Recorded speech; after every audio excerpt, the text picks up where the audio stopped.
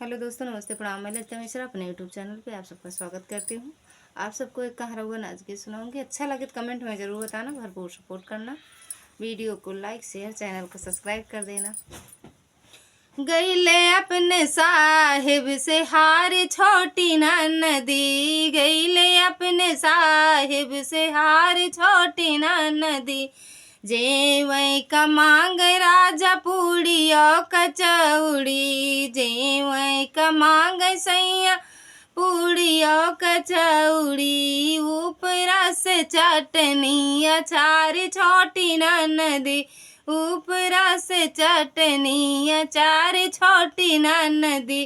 गईले अपने साहिब से हार छोटी नदी, गईले अपने साहिब से हार छोटी नदी।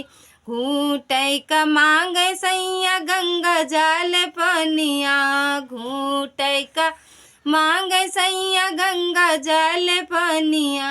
ऊपरा से लोटायो गिलास छोटी नदी, ऊपरा से लोटायो गिलास छोटी नदी।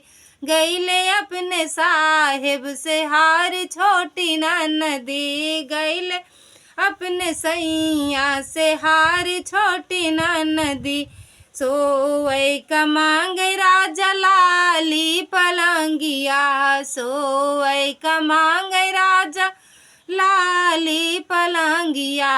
ऊपरा से सौवतीन हमारे छोटी नदी, ऊपरा से सौवतीन हमारे छोटी नदी। राजा गईले अपने साहिब से हार छोटी नदी, गईले अपने पियवा से हार छोटी नदी, गईले अपने सैया से हार छोटी नदी।